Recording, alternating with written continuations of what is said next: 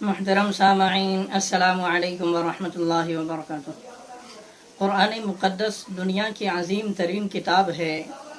کہ جس کے بارے میں خود قرآن کریم کے اندر اللہ نے فرمایا ہے ذالک الکتاب لا ریب فیہ، کہ یہ ایک ایسی کتاب ہے کہ جس کے بارے میں شک و شبہ کی کوئی گنجائش نہیں ہے۔ اور قرآن مقدس دنیا کی ایسی عظیم ترین کتاب ہے کہ جو انسان بھی اس کو پڑھنا شروع کرتا ہے، اس کو سمجھنے کی کوشش کرتا ہے، تو وہ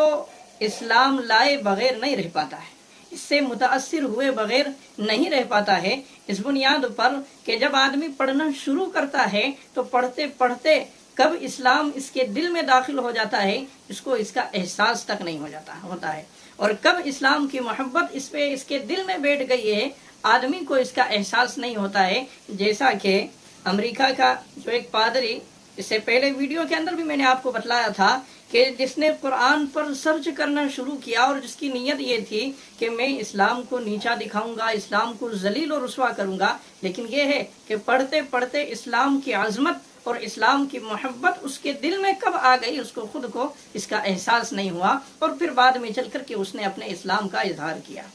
تو قرآن مقدس ایسی جاذبیت رکھتا ہے اپنے اندر کہ آدمی اگر پڑھتا ہے تو خود بخود اس سے متاثر ہوتا چلا جاتا ہے۔ تو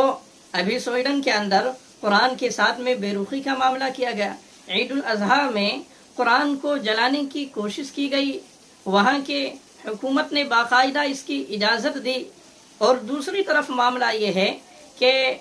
روس کا جو راشٹرپتی ہے پوتن، کہ جو اسلام دشمن مخالفت میں مشہور ہے، لیکن اس کے باوجود اس کا ماننا ہے اور یہ کہنا ہے کہ قرآن کریم دنیا کی سب سے مقدس ترین کتاب ہے، کہ جس طریقے سے مسلمانوں کے یہاں پر اہمیت کی حامل ہے تو دوسری قوموں کو بھی، غیر قوموں کو بھی اس کی اہمیت کا پاس و لحاظ رکھنا چاہیے۔ تو دوسری طرف یہ معاملہ ہے، اس لیے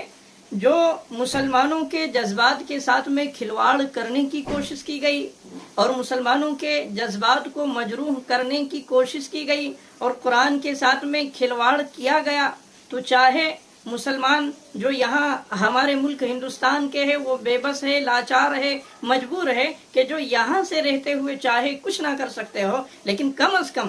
کم درجے کی بات یہ ہے کہ ہم اپنے رب کی بارگاہ میں ہاتھ اٹھا کر کے دعا تو کر سکتے ہیں، اور اس خالق و مالک کی بارگاہ میں اپنی فریاد تو رکھ سکتے ہیں اور کہہ سکتے ہیں کہ یا اللہ قرآن کے ساتھ میں اس طریقے سے گستاخی کا معاملہ کیا گیا، بے رخی اختیار کی گئی، یا اللہ ہم تو لاچار ہے، مجبور ہے کہ ہمارے ہاتھ میں کچھ نہیں ہے، لیکن یا اللہ آپ ایسے شخص کو ایسی موت دیجئے اور دنیا کو دکھلا دیجئے کہ جو شخص بھی قرآن کے ساتھ میں یا نبی کے ساتھ میں گستاخی کا معاملہ کرتا ہے تو اس کے ساتھ میں اسی طرح کا انجام ہوتا ہے، اور دنیا والوں کے لیے یہ عبرت کا نشان بن جائے۔ ہاں، تو اس طریقے سے ہم دعا تو کر سکتے ہیں۔ اس لیے مسلمانوں کو خاص طور سے چاہیے کہ قرآن کی عظمت کو، قرآن کی محبت کو اپنے دل میں داخل کریں ہم۔ بعض مرتبہ یہ محسوس ہوتا ہے کہ مسلمانوں کے دلوں میں قرآن کی جو عظمت اور محبت جس طریقے سے ہونا چاہیے ویسی محبت نہیں ہے، اس بنیاد پر کہ دیکھو بعض مرتبہ کچھ علماء کو یہ کہتے ہوئے بھی سنا گیا ہے کہ جب قرآن کریم کی تفسیر کی جاتی ہے، قرآن کریم کی وضاحت کی جاتی ہے، تو خاص طور سے ہمارے جو دعوت و تبلیغ کے احباب ہوتے ہیں تو جس عظمت کے ساتھ، جس طریقے سے وہ فضائل اعمال کی تعلیم سنتے ہیں، بیٹھتے ہیں اور منتخب احادیث کی تعلیم سنتے ہیں، تو قرآن کی تفسیر کو یا تو اس کے اندر بیٹھتے ہی نہیں ہیں یا پھر بیٹھتے ہیں تو اس طریقے سے نہیں سنتے ہیں۔ تو یہ بھی ایک طریقے سے قرآن کے ساتھ میں کھلواڑ ہے، بے رخی اختیار کرنے والی شکل ہے۔ اس لیے خاص طور سے جو دعوت و تبلیغ کے ساتھی ہے کہ یہ جماعت بھی ہماری اپنی جماعت ہے، اور میں جو بات کہہ رہا ہوں صرف اور صرف اصلاح کی نیت سے کہہ رہا ہوں، اس لیے کوئی برا ماننے والی بات بھی نہیں ہے اور برا ماننا بھی نہیں چاہیے بہرحال. تو اس لیے جو دعوت و تبلیغ کے ساتھ ہے تو انہیں چاہیے کہ آگے سے رہ کر کے جو مقام عالم ہو تو ان مقام علماء کرام سے آپ بات کیجئے اور قرآن کی تفسیر کے لیے، قرآن کی وضاحت کے لیے، قرآن کو سمجھنے کے لیے کسی نہ کسی دن کا انتخاب کیجئے. عوام اور علماء کرام کے درمیان میں ربط و ضبط ہونا، تعلق ہونا یہ بہت ضروری ہے. ہاں دیکھو اس سے انکار نہیں ہے کہ فضائل اعمال ہو یا منتخب احادیث ہو، یہ بھی ہمارے بڑوں کی، بزرگوں کی لکھی ہوئی کتاب ہے اور قرآن و حدیث سے اس کے اندر بھی جو ہے باتیں لی گئی ہے. لیکن براہ راست کوئی عالم قرآن کی تفسیر کرے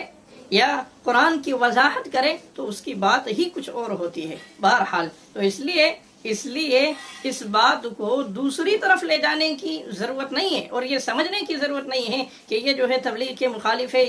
یہ بات بالکل غلط ہے بہرحال. اس لیے ہم قرآن کریم کو اپنے سینے سے لگانے والے بنے، قرآن مقدس کا جو حق ہے اس حق کو ادا کرنے والے بنے. اللہ سے دعا ہے کہ اللہ تعالی ہم مسلمانوں کو قرآن کریم کا حق ادا کرنے والا بنائے. وما توفیقی الا باللہ.